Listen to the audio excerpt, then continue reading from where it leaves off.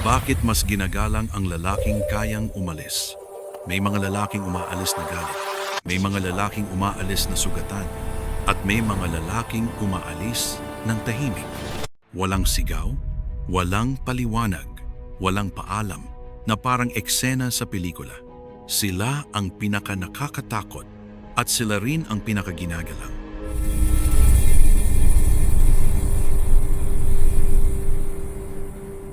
Isipin mo ang isang gabi na walang musika.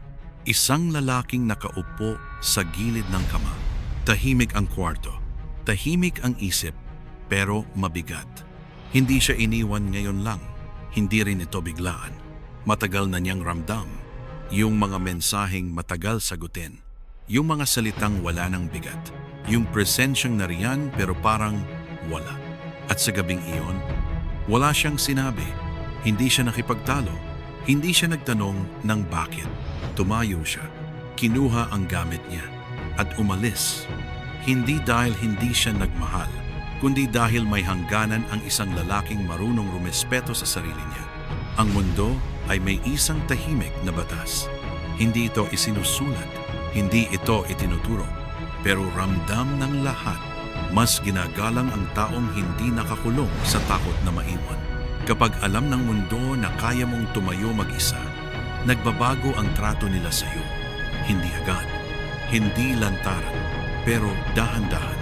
Mas maingat ang salita, mas malinaw ang kilos, mas mabigat ang presensya mo. Hindi dahil mas malakas ka, kundi dahil hindi ka desperado. Maraming lalaki ang nananatili kahit ramdam na nila, hindi na sila priority. Hindi na pinapakinggan, hindi na kinikilala. Pero pinipili pa rin nilang manatili. Hindi dahil mahal pa nila, kundi dahil takot silang umalis. Takot na wala ng kapalit. Mag-isa sa katahimikan, mawalan ng saysay. At ang takot na iyon, kahit hindi mo sabihin na aamoy ng mundo, kapag alam nilang hindi ka aalis, kapag alam ng isang tao na kahit anong gawin mo, nandyan ka pa rin. May mangyayari. Unti-unting mawawala ang ingat. Unti-unting mawawala ang respeto. Hindi dahil masama sila, kundi dahil ganito gumagalaw ang kapangyarihan. Kung wala kang exit, wala kang leverage. At ang lalaking walang leverage, unti-unting nagiging background. May kakaibang aura ang lalaking alam niyang may pupuntahan siya. Hindi siya nagmamadali. Hindi siya nanginginig kapag malamig ang trato. Hindi siya humahabol sa atensyon.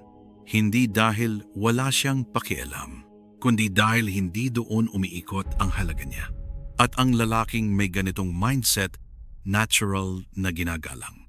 Kahit hindi siya ang pinakamayaman, kahit hindi siya ang pinakamaingay, may bigat ang bawat hakbang. Hindi umaalis ang matibay na lalaki sa init ng ulo. Umaalis siya matapos makita ang pattern. Paulit-ulit, malinaw, hindi na aksidente. At sa halip na makipag-away, pinili niyang igalang ang sarili niya. Walang ultimatum, walang drama, kilos lang. Kapag umalis ka ng tahimik, may kakaibang epekto iyon. Walang masisisi, walang masusumbatan. May espasyong naiwan. At sa espasyong iyon, nagsisimulang pumasok ang tanong. Bakit siya umalis nang hindi humihingi? At doon nagsisimula ang respeto. Hindi dahil gusto ka nilang bumalik, kundi dahil nakita nilang kaya mong mawala. May mga lalaking umalis at unang naranasan ang katahimikan. Walang kausap, walang distraction, walang validation.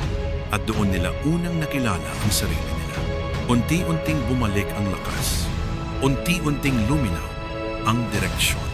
Unti-unting tumibay ang tindig at bigla nilang napagtanto, hindi pala sila iniwan. Iniligtas nila ang sarili nila, ang pinakamapanganib na uri ng lalaki. Hindi ang galit, hindi ang agresibo, hindi ang maingay, kundi ang lalaki. Marunong maghintay, marunong tumahimik, at marunong umalis. Wala kang hawak sa kanya, wala kang panakot sa kanya, at ang lalaking wala kang hawak. Yan ang lalaking hindi mo minamaliit. Isang lalaki ang naglalakad mag-isa. Walang musika. Walang audience. Pero tuwid ang likod. Mabigat ang hakbang. Hindi siya sigurado kung saan siya papunta. Pero sigurado siya kung saan siya hindi babalik. At minsan, sapat na iyon para maging buo muli ang isang lalaki. Ang huling tanong, hindi ang mahal mo ba sila? Kundi kapag iniwan ka ng lahat, may natitira ka pa bang respeto sa sarili mo? Dahil doon nagsisimula ang lalaking ginagalang kahit wala na siya. Kung may natutunan ka sa videong ito, paki-like at paki-share naman ito sa mga kaibigan mo. Baka sakaling makakatulong din ito sa kanila. At paki-subscribe na din ang aming YouTube channel. Maraming salamat.